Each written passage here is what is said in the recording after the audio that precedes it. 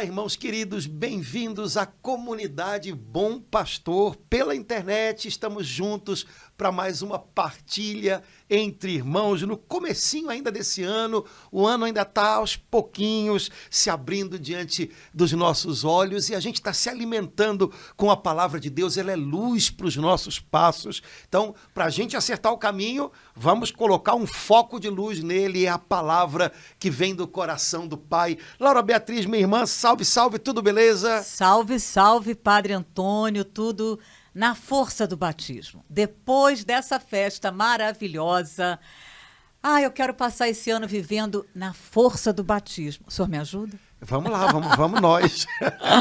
É o mesmo batismo que todos recebemos, né? Todos fomos mergulhados num único Espírito. Então, verdade, a gente está aí para ajudar uns aos outros. Amém. Mesmo. Né? Amém. Ninguém consegue ser cristão sozinho, isolado. Né? A gente é cristão juntos. Né? Temos uma mesma profissão de fé que recebemos da igreja no dia do nosso batismo. Então, não dá para ser cristão sem os outros. Então, a gente está aí para caminhar juntos e vamos nesse ano. Vamos lá, estamos começando. Vamos viver. É tão bonito isso. É o primeiro ponto, o senhor sabe, né, Padre Antônio? Dos termos de compromisso da comunidade Bom Pastor, algo que o próprio Deus infundiu no coração da Doris, né? Viver integralmente o batismo que a maioria de nós, né, recebeu quando éramos bebês. Então, é muito lindo toda a nossa vida a partir daí. Aliás, a vida de todo cristão parte daí. A sua vida como sacerdote tem como parte daí do batismo que um dia o senhor recebeu no dia 14 de setembro de 75. E eu no dia 25 de janeiro. Não lembro o ano, tá? De 94. Não, um pouquinho antes.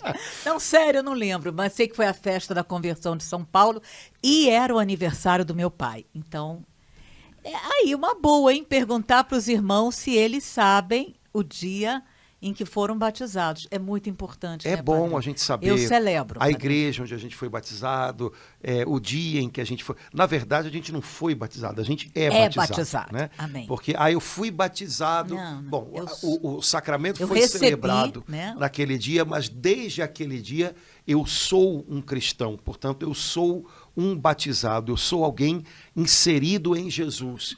Eu faço parte de um corpo. E não vou ser arrancado desse corpo, glória, né, nunca. de forma alguma. Então, nós somos batizados e vivemos da graça do nosso batismo, que deve crescer ao longo da nossa vida. Né? Essa graça que foi semeada em nós no dia do batismo, ela deve ir como uma semente, ela deve desabrochar na nossa alma e ela deve crescer e tomar conta da nossa vida e se manifestar em cada área da nossa vida. O primeiro ponto que eu queria colocar aqui, enquanto o senhor falava isso, Padre Antônio, uma alegria assim, que foi palpitando no meu coração, é que ninguém pode roubar essa graça. Nem o demônio, nem eu mesma, nem uma outra pessoa, nem o mundo, nem uma bomba como os nossos irmãos estão sofrendo lá, nada pode arrancar a graça que eu recebi do batismo. Nada, né, Padre Antônio? Algo pode feri-la, né, mortalmente, que é o pecado. Mas não apagar. Olha, há controvérsias. O pecado mortal mata a vida da graça. E por isso é preciso a confissão, que é um sacramento. A igreja dizia antigamente, é um sacramento para mortos. Ou seja, é um sacramento para quem morreu espiritualmente. O pecado mortal mata a vida de Deus em nós. É sério o negócio. Nossa, né? Padre Antônio, eu sempre acreditei e falava isso, ensinava isso, que nada pode arrancar a graça do sacramento do batismo que eu recebi e completava. E é por essa graça, da força, eu gosto de dizer isso. Como é que você está vivendo na força do meu batismo? Uma das graças que o batismo gera em nós é um relacionamento filial com Deus. O pecado mortal mata isso. Né? E é preciso... Agora, porque eu sou batizado, a graça de Deus de outro modo age, me trazendo de volta, apelando ao meu coração, para que eu tenha a chance de, pelo sacramento da confissão, voltar à vida de filho de Deus. Mas, por um lado, é fato. Quer dizer, nada pode nos arrancar anular, né, ao que nós recebemos de Deus. Tão grandioso. Por outro lado, também é verdade que o nosso pecado, o nosso não, ele obstrui essa vida de filho de Deus que começou no dia do batismo. Porque não é algo mecânico, sim, não é algo... Sim. Né, é algo que deve ser vivido de fato. E a gente pode matar isso sim pelo pecado. Mas graças a Deus temos a chance de voltar à vida de filhos de Deus, a um relacionamento pleno de amor com Deus, recebendo o seu amor que nos cura, que nos vitaliza, quando pelo sacramento da confissão nós voltamos às fontes do nosso batismo. No caso do pecado mortal. Exato. Na verdade, o sacramento da confissão é uma espécie de volta à graça do batismo. Por isso a gente precisa aprender a aproveitá-lo mais, talvez, né? Não torná-lo uma coisa, né, muito, muito distante, ou vê-lo como um problema, né? Jesus não instituiu 6 sacramentos e uma tortura, que é a confissão. São 7 sacramentos, né? E por mais que seja sofrido ter que abrir algumas coisas com outra pessoa, também isso é muito curador para nós, né? E a graça de poder receber o perdão de Deus, né? Ouvir o sacerdote dizer, em nome de Cristo, eu te absolvo dos teus pecados, eu te desato dos teus pecados. Isso é uma grandíssima graça. Pelo ministério, né? Então, talvez a gente precise valorizar mais isso, sabe? Às vezes, certas coisas que a gente experimenta na vida espiritual, a não ser que elas sejam algo dado por Deus, e que ele costuma dar a pessoas muito santas, não é o nosso caso, né? Mas certa aridez que a gente experimenta na vida espiritual, são sinais de uma morte causada pelo pecado. E basta que a gente volte para o Senhor, a vida volta a verdejar dentro da nossa alma, né? Então, mas isso é só para lembrar, Laura, o quanto o nosso pecado ele é capaz de fazer estragos na nossa vida, né? Então, porque senão a gente também trata o pecado como uma coisa banal, e não é, né? É de fato algo que, se for um pecado mortal, tem esse poder de romper tenebroso. A nossa comunhão com Deus. Então, podemos voltar à graça do batismo? Podemos, façamos uma boa confissão. De repente, como a gente diz no Salmo 50, vai devolver para a gente a alegria de ser salvo, né? É por isso que o cardeal canta la missa, né? Alerta que percebe no mundo a tendência de botar o diminutivo, né? De falar pecadinho, né? Em vez de pecado. Agora, Padre Antônio, não sendo, enquanto o senhor falava, eu me vi assim no exame de consciência, não sendo um pecado de gravidade mortal, né? Isso pode, eu também corro o risco de não viver, não deixar de viver essa relação filial, né? De filha de Deus, que o batismo me deu, me tornou, deu o poder de ser filha de Deus, pelos outros que não têm o nome de mortal, né? Que a igreja chama de pecados veniais, e principalmente faltas, né? Quando elas são repetidas, renitentes. Mas aí, Padre Antônio, no exame de consciência, eu tenho a chance de poder apresentar para Deus naquele instante, a cada dia, a cada noite, sem a necessidade, assim, pelo menos, não, de uma confissão, né? Sim, claro. Mas é bom, quando vai se confessar, tentar também no exame de consciência. Okay. Quando você faz um exame de consciência diário, você tem condição de saber com um pouco mais de clareza com o que você está lidando dentro de você. O problema é quando alguém, por exemplo, eu vou me confessar tal dia, e a última vez que você conversou foi ano passado, aí vai fazer um exame de consciência, obviamente a coisa fica muito vaga. Entendi. E isso não é bom. A gente pede perdão por pecados concretos. Sim. Eu acho que eu pequei. Não. Então, quando você faz um exame de consciência diário, você acaba tendo mais consciência e mais clareza do que, de fato, é a marra com a qual você tem que lidar para se soltar daquilo. Também no caso dos pecados veniais, que se você permite, eles são portas abertas para coisas mais complicadas depois, né? eles vão minando a sua alma, vão minando a sua generosidade, né? Então, lembrando que pela graça do nosso batismo, nós somos chamados à santidade, não a viver no... O pessoal fala, eu tô andando na linha. Tem quem está andando na linha onde o trem pega, né? Então, o cristão não é para alguém que é chamado a andar na linha. Cristão é alguém que é chamado à santidade, né? O nosso batismo, ele nos puxa para isso, ele nos chama para o alto, né? Para as coisas do alto. Às vezes uma visão equivocada, né, dá a impressão de que a vida cristã é simplesmente não fazer coisas não muito roubar complicadas. E não matar. Exato. Tá. Né? Então, o pecado é venial, constante, advertido e mantido, ele pode, aos pouquinhos, ir minando o vigor da alma. Então, a gente não pode se acostumar com ele, né? O exame de consciência diário obriga a gente a ter que voltar para aquele pontinho que às vezes é o pontinho da nossa luta. Nossa, Padre Antônio, com isso que você falou, eu vi assim uma grande... Nossa, não tinha me dado conta ainda.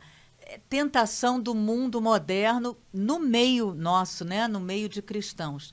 A gente chega em casa à noite, depois de um dia puxado, está morta de cansada, faz o nome do Pai e pluft na cama. Algumas vezes aconteceu comigo, né? Nem um Pai Nosso já aconteceu. Então, quer dizer, esse ir direto, sem ter 5 minutinhos, é bom a gente sentar antes de deitar, né, Padre Antônio? Porque aí acontece isso que o senhor falou, né? Aí passa o outro dia, no outro dia eu tô... Então, aí o exame de consciência fica para uma vez por semana, que a gente aprende que é diário, e a gente faz diário, mas aí, no primeira noite, eu estou cansada. Então, esse cansaço que às vezes nos abate também pode roubar da gente aquele momento, 5 minutos com Deus, sentada, antes de no travesseiro, né? Eu não recomendo deixar, porque isso pode acontecer. Uma coisa é você ter um momento de oração final do dia à noite, antes de dormir, tudo bem. Tá. Mas, por exemplo, eu não recomendo deixar o seu tempo de oração para o final do dia. Não, porque hoje em dia oração, não, todo Deus mundo me livre. vive cansado. Então, se você deixar para rezar de noite, não vai rezar, né? O que algumas comunidades religiosas fazem, às vezes, e que pode ser uma sugestão, é um exame de consciência na metade do dia e outro no final do dia. No meio do dia? Então, como, de repente, de noite a pessoa está... cansado, faz na hora do almoço. Como é que eu levei o meu dia até agora? Para aquele demônio, né? Do meio-dia, não porque até você tem condição de rearrumar alguma coisa. Gostei, Padre, né? Antônio. Não, eu hoje eu estava muito irritável e eu andei dando muita patada em todo mundo de manhã. Vou dar uma melhorada nisso daí para ninguém ter que me aturar o resto do dia desse jeito. Então, mesmo que a pessoa não consiga fazer um exame de consciência à noite, porque às vezes chega em casa e está se arrastando para a cama, faz no meio do dia. Entendi, Padre Antônio. Já é uma maneira de se avaliar em algo que pode melhorar. Eu acho que é dessa maneira que a gente pode fazer um bom exame de consciência. O que o Senhor hoje deseja me corrigir? No que hoje eu posso ser mais generoso ou posso melhorar? Ponto. Não é um massacre. Sim. É exame de consciência, não é massacre da consciência. Né? E depois, lembrando disso, minha vida como cristão, meu chamado de cristão é viver a santidade. Não é viver no limite da moralidade. Isso tem que ficar bem claro. Né? A gente está nessa época do Natal agora que terminou, né? A gente lê a primeira carta de São João, e tem uma frase da primeira carta de São João que eu acho inacreditável, né?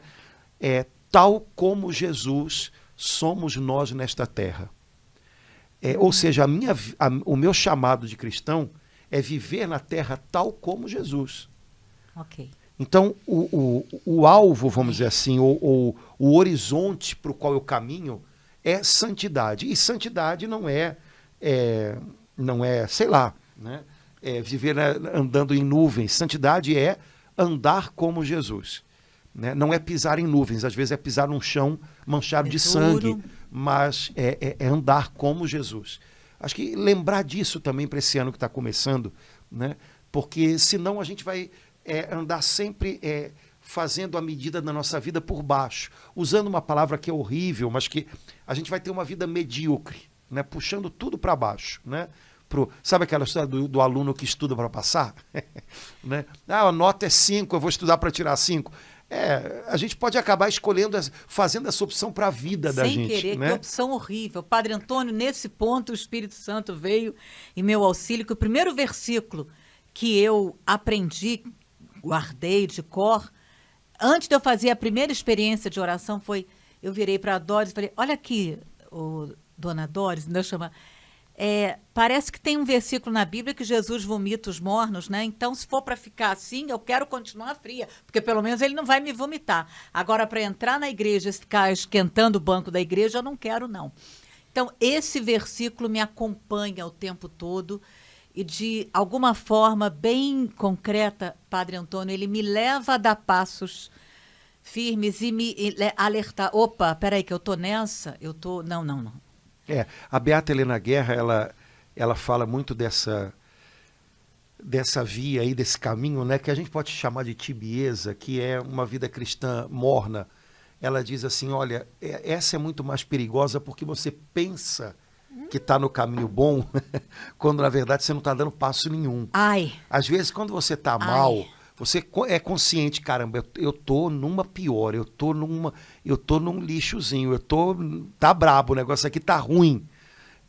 Mas a pessoa que vive nessa mornidão, ela pensa que tá bem. Ai. Quando na verdade ela não tá nem caminhando às vezes, né? Então, a mornidão, ela é perigosa por conta disso, né? Eu me acostumo, é que nem o pessoal diz que para você cozinhar um sapo, você tem que começar com a água morninha, né? Ele vai cozinhando ali dentro e nem percebe, né?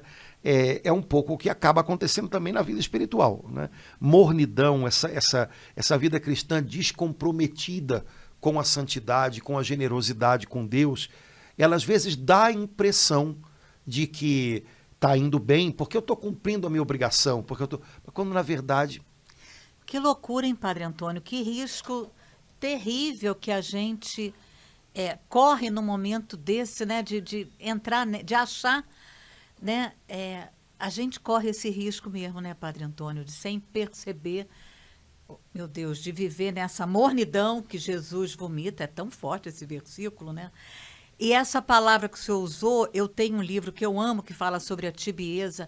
Essa palavra, ela faz parte, né, da cultura católica cristã, né, da espiritualidade cristã, né? A tibieza, que é um pecado venial terrível, que pode... É um estado de alma que pode causar muito problema, né? Que é um estado de ânimo, né? Você fica vivendo na mornidão, né? É interessante que as escrituras falam do batismo de Jesus por João Batista, e João Batista diz, olha, ele vem para batizar vocês com fogo. Então Jesus não vem batizar a gente em água morna, né? Jesus vem batizar a gente com fogo, né? Amém. Então, isso para mostrar que o cristianismo não é aquilo que às vezes parece, em alguns ambientes, uma coisa para gente que já aposentou da vida, sabe? Não, o cristianismo não é para quem está aposentado da luta da vida. O cristianismo é para quem está lutando, né? Então, perder isso de vista é matar o que é o cristianismo, né? Eu posso ter 80 e poucos anos, eu posso estar aposentado do meu trabalho, mas eu não posso me aposentar da luta diária que é a vida cristã. Eu tenho que levar a minha vida cristã dentro do que me é possível, em cada etapa da minha vida, com ardor, com generosidade, né? Dando meu sim para Deus. E isso é sempre muito exigente. Agora, viver isso na força do Espírito Santo, né? Ele é o nosso sustento, ele é quem mantém a gente de pé, ele é quem torna possível o meu sim para Deus. Padre Antônio, agora aprofundando um pouco, voltando, né, para o próprio sacramento do batismo, a Igreja, ao longo do tempo litúrgico, em algumas ocasiões, como no Sábado Santo, ela faz solenemente, né, a renovação das promessas do batismo. Eu acho bonita essa expressão, né, da liturgia, né? Não sei, depois o senhor me ajuda aí, além do Sábado Santo. Agora, a gente, e é tão bom fazer aquilo no Sábado Santo, além disso, a gente pode pessoalmente, né, Padre Antônio, à noite, não cansada demais, por isso que completas nos mosteiros às 7 horas da noite, não às 11. a gente pode também fazer essa renovação, né? Dizendo um ato de fé, eu creio em ti, meu Deus, meu Pai, espontaneamente também renunciar, né, ao demônio, sem terrorismo, mas porque ele está aí, como a palavra fala, cada dia ele está aí, né? Ele não está, né, só ali naqueles lugares horríveis que às vezes a gente vê, né, nas primeiras páginas dos jornais. São Pedro fala que ele está em derredor da gente, buscando quem devorar, e a palavra ainda alerta, você que está de pé, toma cuidado. Então ele está bem, muitas vezes, rondando mesmo a gente, esperando. Então, eu me sinto muito bem quando eu faço isso, Padre Antônio, sozinha, no meu quarto. Dá para fazer todo dia, né? Na verdade, o único dia em que na liturgia é previsto, né, dentro do ciclo litúrgico, uma renovação das promessas do batismo, é o Sábado Santo, porque é o dia dos batismos por excelência. Ah, sim. Né? Na liturgia católica, o dia do batismo das pessoas adultas, o dia normal, é a celebração da Vigília Pascal, né? Pelo motivo óbvio, né? Sim, claro. E isso desde o início da igreja. Então, alguns são batizados e todos renovam as promessas do seu batismo, retornam às fontes do batismo. É interessante porque isso sempre é feito por meio de uma renúncia e uma profissão de fé. Como que para mostrar, olha, desde o dia do nosso batismo, a nossa vida é uma constante renúncia e um constante viver de fé. Isso é a vida cristã. Andando junto. Né? Uma vida crucificada e uma vida ressurreta. Uma vida na cruz e uma vida com Cristo, né, nos lugares celestiais. São as duas maneiras como o apóstolo Paulo se refere à vida cristã. Eu estou crucificado com Cristo, eu estou assentado com Cristo nas regiões celestiais. A primeira coisa significa eu vivo uma vida em renúncia. E a segunda coisa significa eu vivo uma vida na fé no Filho de Deus que me amou e se entregou por mim. Então, a renovação das promessas do batismo, no fundo, é um mostrar bastante visível ali para a gente, né? Como deve ser a vida da gente no dia a dia. Então, a vida de um fiel cristão, todo dia significa renunciar e viver de fé. Renunciar e viver de fé. Renunciar ao demônio. É interessante porque isso deixa bem claro... São três, né? Ao demônio... As suas obras, opções e aquilo que desune, né? Na verdade, no fundo, são três coisas, né? Uma tem a ver com a outra, né? Para mostrar que, olha, o grande trabalho do diabo, né, para perder as nossas vidas é a tentação, a qual eu não devo contemporizar, né? Um dia desses, o Papa Francisco falou que com o diabo a gente não conversa, né? Então, é preciso que eu aprenda a renunciar, né? Na tradução antiga, não sei se voltou a ser isso, as suas pompas, né? Aquilo que o maligno oferece, porque ele oferece são algo. As seduções. Exato, ele oferece algo, né? E às vezes, por esse algo, a gente decide andar por um caminho que é o dele, né? Então, não, eu não compactuo com isso, eu renuncio a isso. Eu abro mão daquilo que ele me oferece, porque me afasta de Deus, né? Então, a primeira coisa, a vida cristã é sempre uma renúncia.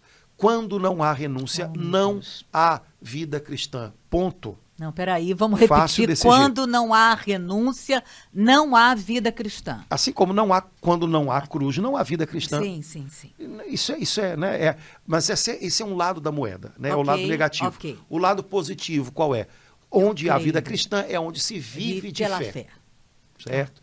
Então, a renovação das promessas do batismo faz isso. Senhor, eu renuncio a Satanás hoje, eu renuncio às seduções dele, aquilo que ele oferece a mim para que eu me perca de ti. Eu abro mão disso por princípio, logo por princípio.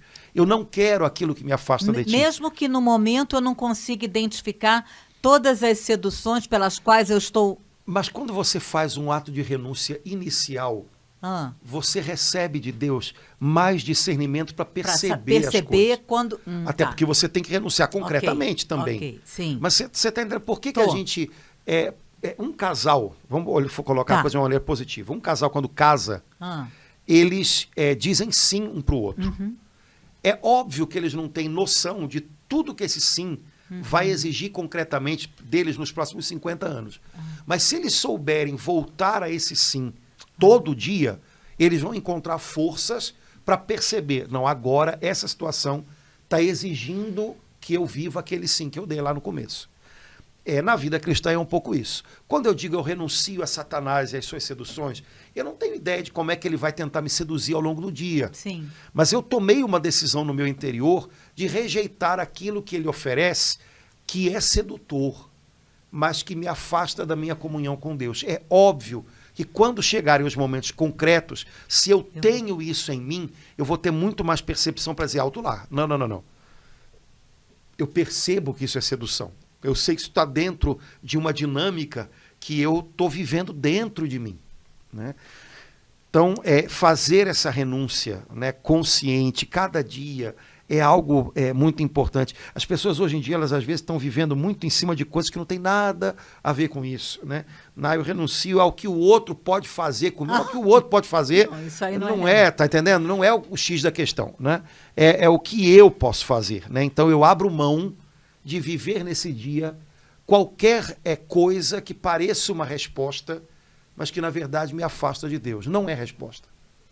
Padre Antônio, o senhor não sabe como foi bom isso que o senhor falou, como está me ajudando, e eu creio ajudando a cada irmão, cada irmã, fazer, de repente, no primeiro momento da manhã, para eu ficar atenta, porque, por exemplo, Padre Antônio, às vezes o demônio nos seduz principalmente eu percebo nos relacionamentos, por exemplo, com coisas ligadas, né, à moral sexual, tá, eu vou perceber logo, opa, né, mas há outras, tem tentações que são mais sutis e que às vezes eu vou me dar conta, dali a 3, pupa, aquilo foi uma...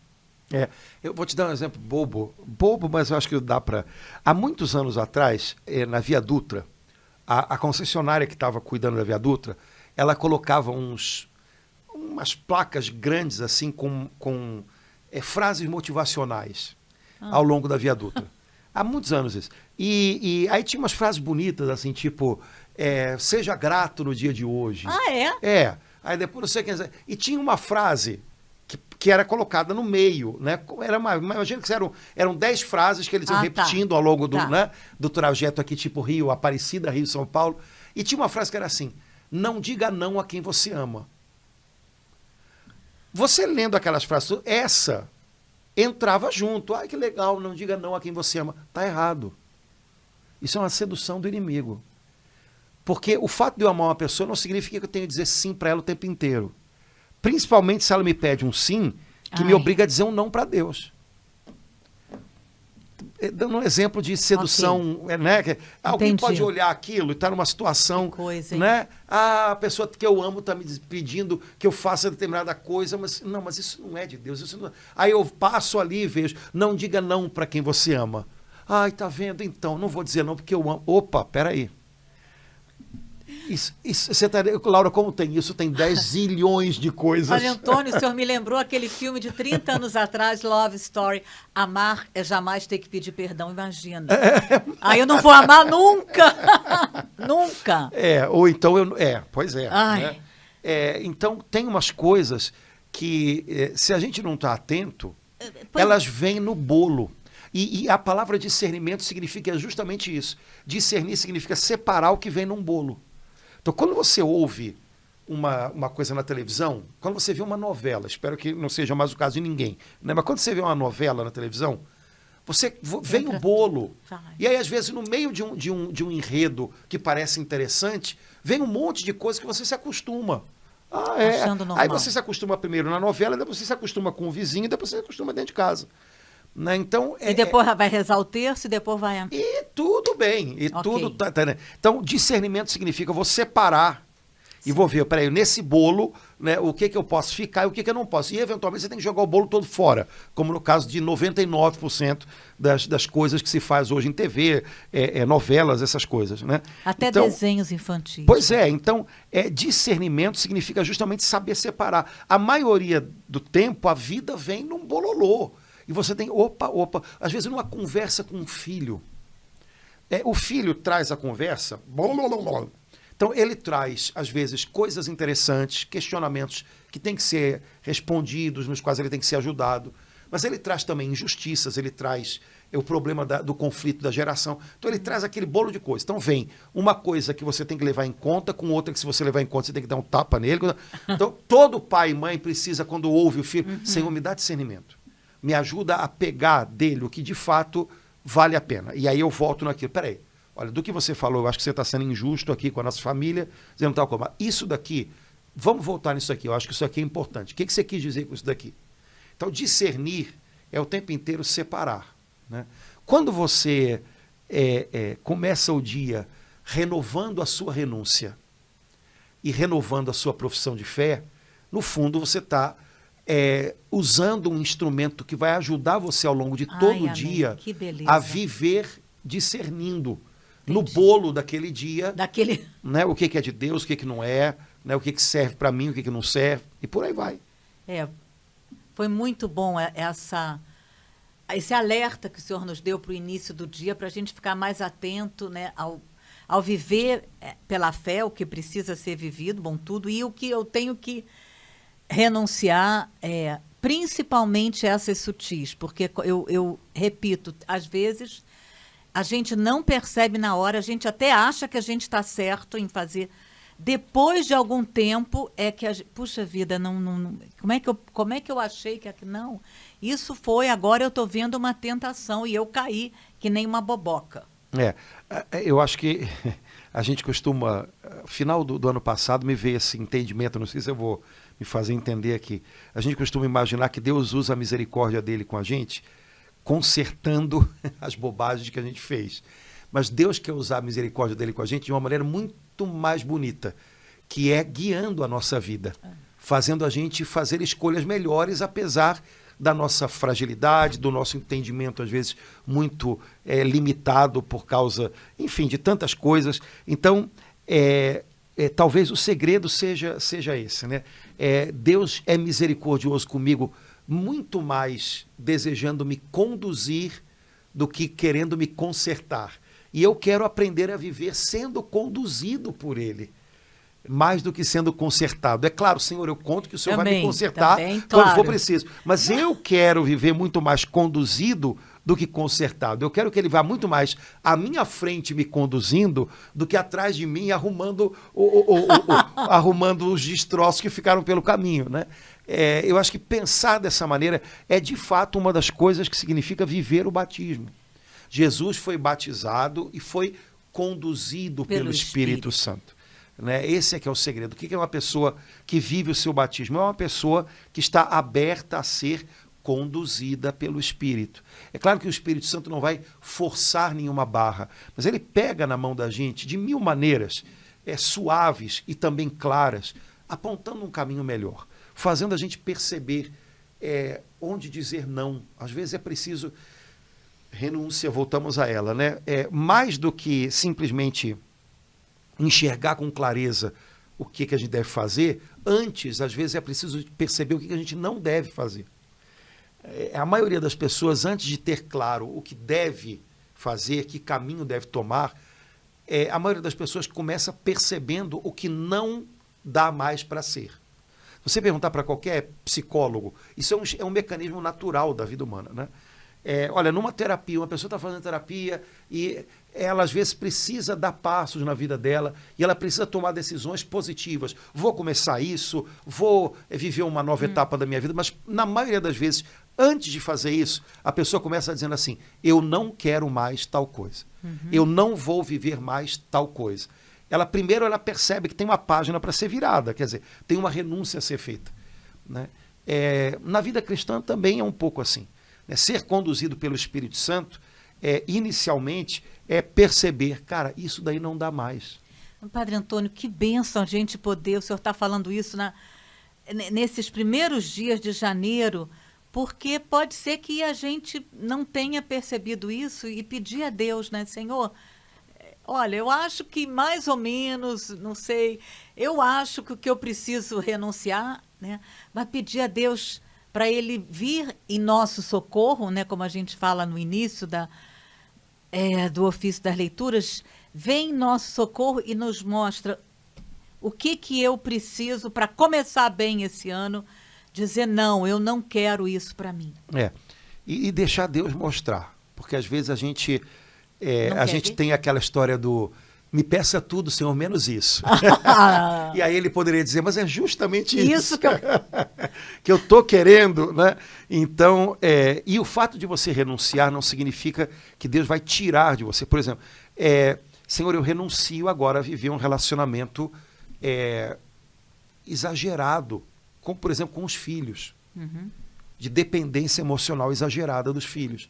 Eu quero abrir mão disso. Eu percebi que eu estava sufocando a eles ou que eu estava me tornando uma pessoa dependente deles. Não significa que Deus vai tirar o seu relacionamento com seus filhos, vai fazer eles entrarem numa nave espacial e ir embora. Significa que você está abrindo mão de um tipo de relacionamento e que você simplesmente vai aprender com o Senhor agora, a viver isso de um outro modo, de um modo novo. Eu renuncio a algo que talvez estivesse sufocante demais, e às vezes Deus mostra isso para a gente, Ele mostra. Né? E são coisas que se os outros tentarem mostrar, às vezes não conseguem. Ou se falarem alguma coisa, a gente dá uma bronca neles. Mas quando Deus mostra, a gente entende direitinho. Então, às vezes, um relacionamento familiar opressivo, doentio, Senhor, eu quero abrir mão disso. Eu quero que o meu relacionamento com os meus filhos seja saudável, torne eles pessoas que crescem, e não pessoas que vivem sufocadas. Eu quero que o meu relacionamento com eles me torne uma pessoa mais serena e não uma pessoa agitada. Pronto, você renunciou a um tipo de coisa. Não quer dizer que você vai cortar o relacionamento, está erradíssimo, né? Imaginar alguma coisa assim, mas vai virar algo melhor. Padre Antônio, que orientação boa nesse início de ano, a gente ter esse tipo de conversa com Deus. Pode ser que a gente tenha tido outros, né? Vamos lá, as metas, o que eu quero.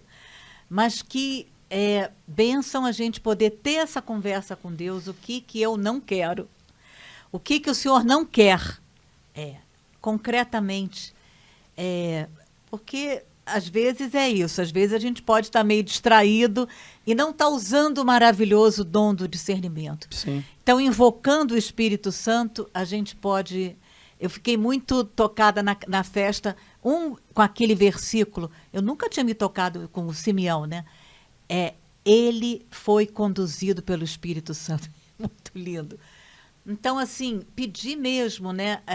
Parar para ter essa... Agora é a semana boa para a gente ter essa conversa com Deus e pedir para Ele mostrar o que a gente precisa dizer não, renunciar. E eu gostei quando o senhor falou, porque às vezes o senhor falou assim, para a gente perguntar para Deus, e não adianta perguntar para outra pessoa, que às vezes você vai perguntar, Padre Antônio, o senhor me conhece há 30 anos, me fala, o senhor conhece meus defeitos? Eu acho que eu conheço um pouquinho do senhor, Padre Antônio, mas o senhor disse, a gente pode brigar com o outro, acabar arranjando uma briga. E não é para perguntar para o outro, né? É para perguntar para Deus, Sim. Né, Padre Antônio? E, de fato, se deixar surpreender por Ele. Porque Deus não é Deus não sou eu. Então, ele fala a minha consciência, mas ele não é a minha consciência. Quer dizer, eu tenho que estar aberto para ser surpreendido. Eu de posso repente, ser surpreendido. Né? Exatamente. Olha, tem uma pessoa, eu acho que eu vou deixar ela famosa hoje, que eu acho que quem conhece vai identificar, mas eu achei isso tão bacana. Há uma pessoa que trabalhou na nossa igreja e tudo, e essa pessoa, antes de trabalhar na igreja, ela era muito carnavalesca e ela era passista. Uma mulher, né? Era passista. De escola de samba? De escola de samba. Jesus! Você sabe como é que as passistas andam, Opa! Né? E aí, essa pessoa foi trabalhar na igreja e tal. Aí, no carnaval seguinte, eu nunca falei nada com ela sobre nada disso. Não tinha... o senhor sabia que Eu sabia alguma coisa, mas não sabia até onde a coisa ia, né? E aí, um dia, conversando com essa pessoa, no carnaval seguinte que ela foi trabalhar na igreja, ela disse, não, mas eu falei com a minha família que eu parei de desfilar, porque eu agora trabalho na igreja. Eu trabalho na igreja e eu trabalho na casa do padre, então eu não posso mais fazer esse tipo de coisa que eu fazia. Nossa. Ninguém falou nada. Ninguém falou. Ninguém cobrou nada, ninguém, tá entendendo? Mas ela entendeu que, olha, eu estou vivendo lindo algo isso, hein, agora Padre que Antônio? alguma outra coisa não tem mais cabimento. Sem ninguém precisar. Ô, Então, glória. ponto.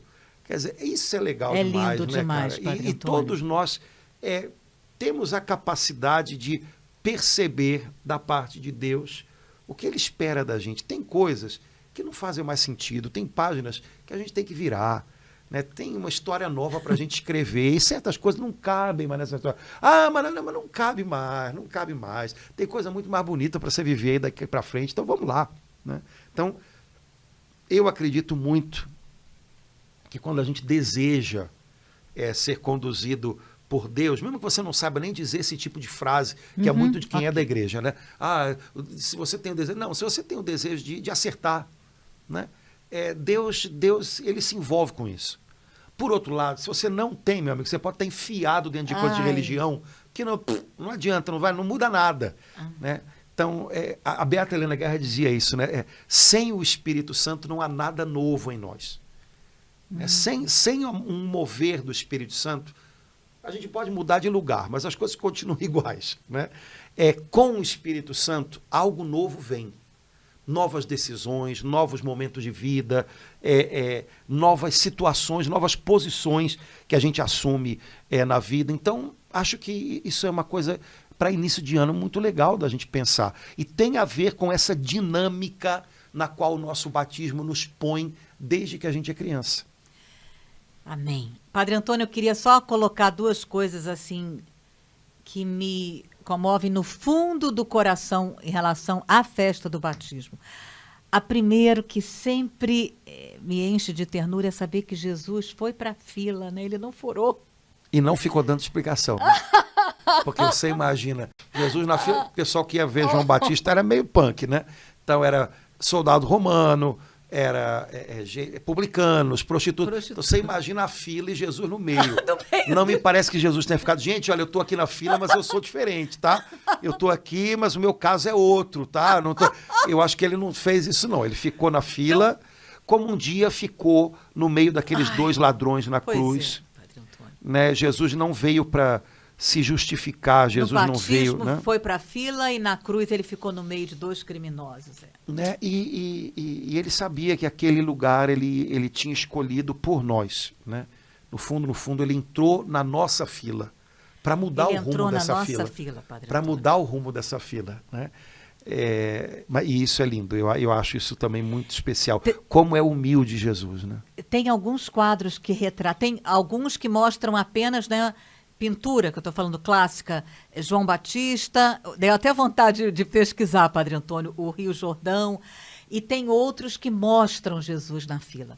E o segundo ponto que me enche de alegria, que eu fico imaginando, assim, eu não sei se todos viram, mas a palavra de Deus diz que os céus se abriram, né?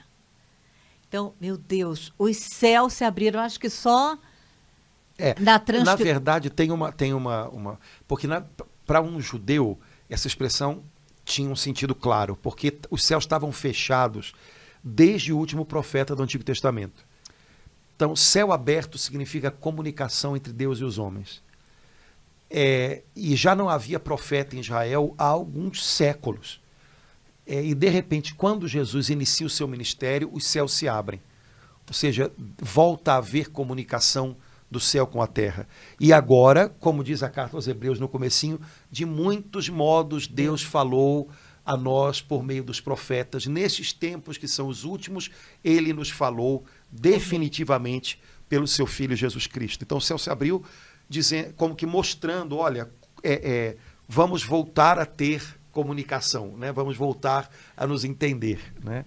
Mas além do céu se abrir, eles vêm, não sei todos, me ajuda, a pomba, né? O Espírito Santo descendo. Tem um evangelho que dá a impressão de que João Batista viu, tem outro evangelho que dá a impressão de que Jesus viu, mas o que significa isso? Né? Jesus é aquele que cumpre o que João Batista prometeu, ele batiza no Espírito Santo. João viu os céus abertos e descer, né? O Espírito em forma de pomba sobre ele. Esse é o evangelho de Marcos, né? Então, mas o que importa Jesus é aquele que tem a missão de derramar o Espírito Santo sobre outros.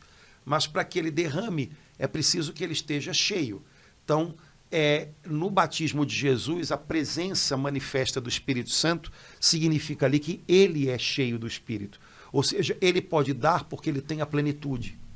Como diz a Escritura em outro lugar, de sua plenitude todos nós recebemos. Então, ele é o que batiza no Espírito Santo, porque ele é o que dá o Espírito Santo, porque ele o tem. E isso, para as pessoas que liam os evangelhos há 2000 anos atrás e que estavam mais familiarizadas com algumas coisas, né, elas entendiam isso claramente. Ele pode dar porque ele tem.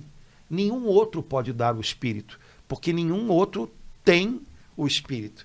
No Antigo Testamento, os profetas, ou os juízes, ou os outros homens de Deus, eles eram visitados pelo Espírito, mas eles não tinham o Espírito. Jesus tem o Espírito para dar, né, para derramar sobre outros. Né? Então, viram o Espírito Santo em forma de pomba e ouviram, ou então em algum outro evangelho, Jesus ouviu a voz do Pai dizendo: esse é o meu Filho amado, em quem eu ponho o meu bem-querer. Eu gosto dessa expressão, meu bem-querer. É bom a gente saber que o Pai do céu tem um querer bom, né, e que ele põe sobre Jesus. E como agora, por causa do nosso batismo, nós somos uma coisa só com Jesus, o querer bom do Pai está sobre a gente também. Então, estamos, por causa da nossa união com Jesus, nós estamos incluídos no querer bom do Pai do céu. Oh, glória a Deus! Né? Então, eu faço parte, né, de um bem-querer do coração do Pai. Por quê? Porque eu estou unido a Jesus pelo meu batismo. Agora, Padre Antônio, diz que sim. No dia que eu fui batizado, os céus se abriram. No dia que o senhor foi batizado, os céus se abriram. No dia em que cada um de nós, os céus se abriram. Exato, é isso aí. Oh, glória a Deus! Exato. Né? Na verdade, estavam já abertos, né? Eles se abriram sobre nós. Especialmente sobre nós. Sobre nós, Ai, né? que lindo, porque que nós entramos em algo. Isso é que é não é que algo começou a acontecer do nada em mim. Não. Eu entrei, né? São Paulo usa muito essa expressão. Nós fomos enxertados na oliveira, né? Nós fomos inseridos no corpo, sabe? É essa ideia. Nós fomos adotados, né? Como algumas passagens dos profetas do Antigo Testamento, né, dão essa impressão. É como se a gente estivesse lá e Deus foi lá e pegou e trouxe a gente para perto. Né? Vós que outrora estavais longe, agora estáis perto. Né? Então eu fui trazido para perto. Eu fui trazido para a igreja. Né? A fé que eu recebi, o dom da fé, a semente da fé que eu recebi no meu batismo, é a fé da igreja, não é uma invenção da minha cabeça. Não começa em mim agora. Né? É um tesouro que é o tesouro da minha família, e agora eu faço parte dela. Né? Então, lembrar disso, para a gente não ter a impressão de que sou eu e Deus. Não, eu faço parte de algo que é muito maior do que eu. Com isso que o senhor falou, eu me lembrei, vou pedir até a Iete, se der, para colocar no nosso YouTube, ou Instagram da comunidade. A Doris fez alguns anos atrás, o senhor sabe, que é belíssimo. Isso tudo que o senhor falou nos versículos bíblicos, né? Que é a certidão de identidade do cristão. O que aconteceu, né? Quem eu passei a ser, me tornei depois do meu batismo. Eu primeiro, é claro, filha de Deus, né? Então, é muito lindo a gente ter essa certidão na mão, como a outra de identidade que a gente precisa ter, né, Padre Antônio? A gente precisa saber quem a gente é por causa da nossa união com Jesus. Né? Crise de identidade é um negócio que pode acontecer e que deixa a gente solto no ar. Quando um cristão não sabe de fato quem ele é, o que ele tem por causa da sua união com Jesus, ele fica solto. Eu não sei quem eu sou, se eu não sei quem eu sou, eu não sei também quem eu devo me tornar, porque no fundo, a gente vai se tornando aquilo que a gente é. Então, quem eu devo me tornar? Para que lado eu estou indo? Né? Quando a gente não sabe essas coisas, a gente tenta qualquer coisa. Né? Agora, quando eu sei qual é a minha identidade em Jesus, o que eu recebi nele, qual é a minha herança em Cristo Jesus, pronto, aí eu não tenho a impressão de que eu estou partindo do zero todo dia. Né? Eu estou partindo dele, daquilo que ele me garante. Então é outra coisa. Nossa, eu estava vendo a Doris aqui. Iete, vou pedir a você, minha irmã, essa certidão de identidade do cristão. Ai, bom demais, Padre Antônio, mergulhar A palavra é mergulho, né, Padre Antônio? Batismo É um mergulho. mergulho, é um mergulho diferente, porque é um mergulho que te dá algumas propriedades novas. Usavam a palavra batismo, que para a gente virou uma palavra religiosa, mas no tempo de Jesus e de João Batista não era, né? A palavra batismo era usada para falar, por exemplo, do tingimento de tecido. Quando o tecido normalmente feito, né, de lã, daquele tempo, tinha tudo a mesma cor, né? Quando você ia tingir um tecido, coisa que não era comum, era algo que era feito para gente rica, né? Você pegava o tecido que tinha aquela cor de lã de ovelha e você jogava dentro de uma solução com a cor que você quer pegar. Então você tinha que botar, tirava, aquilo ali secava, botava de novo. Ou seja, as propriedades daquela solução na qual você colocava o tecido, elas se entranhavam no tecido. Né? Então, se era uma solução de cor vermelha, o vermelho se entranhava no tecido, até que se tornasse um tecido vermelho. Então, essa expressão, mergulha, até o tecido se embeber, até se ele se entranhar das características daquele ambiente no qual ele é colocado, isso era chamado de batismo. Né? É uma expressão que eu acho que é legal se a gente pensar desse jeito, porque a gente é mergulhado no Espírito Santo para receber as características dele, né? Para que as características dele se entranhem na gente e a gente possa viver essa, como diz São Pedro, né? Viver a natureza divina, o jeito de ser de Deus. Isso é o que a gente recebe no nosso batismo. É um mergulho que não seca. Eu saí e acabou. Gostei, mergulho que não seca. Né? Sequei. Não, é um mergulho que te entranha Deus, que das características da natureza de Deus. Então, é isso que a gente é chamado a viver quando a gente fala de viver a graça do batismo. Né? Então, viver integralmente, não viver pela metade. Né? Amém, Padre Vamos Antônio. Em frente. Tá Mergulhamos bom? Vamos lá, então. 2024, eu acho que é um bom propósito. Além de emagrecer, fazer exercício, aprender alguma coisa, viver integralmente a graça do nosso batismo. Acho que seria o melhor propósito para a gente fazer esse ano. O melhor propósito? Oh, glória a Deus. Amém. Tá certo. Gente, um abração, bom estar com vocês. Obrigado pela companhia. Tomara que tenha ajudado em alguma coisa na sua vida com Deus. Um abração. Até a próxima, se Deus quiser. Amém. Tchau, irmãos.